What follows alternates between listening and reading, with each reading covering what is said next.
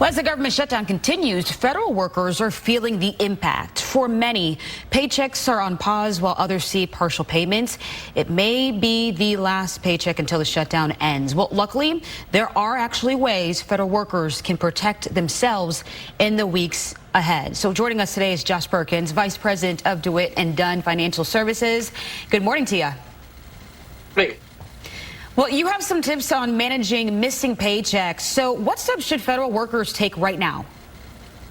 First, you really need to prioritize your spending.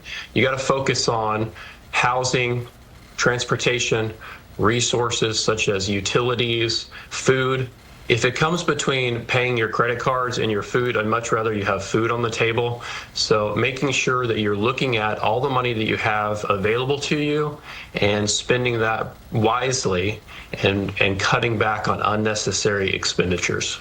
Yeah, making a list is super important to pay attention and to track all of that. So how can federal workers avoid long-term damage to their credit scores and impacts to retirement funds? Reaching out to your local creditors or reaching out to your landlord, telling them your particular situation. Sometimes they have hardship programs or deferral programs. If you kind of tell them and stay proactively communicating with them, many times they won't report missed payments on your credit report, hurting your credit score. Also, making sure that you prioritize your emergency funds. So if you do have money set aside, focus on spending the money on the most important things and working together as a family.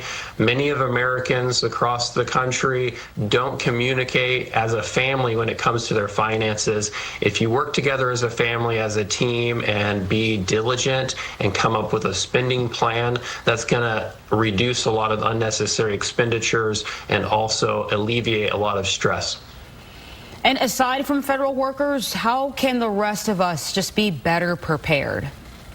Yeah, so whether you're working for the federal government or not, we all can experience emergencies or loss of income.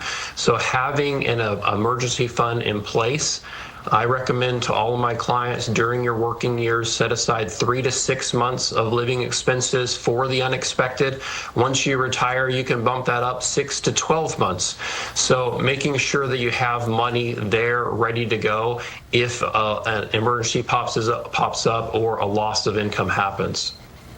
And, you know, with those people suffering with their finances, how can they access short-term funding safely?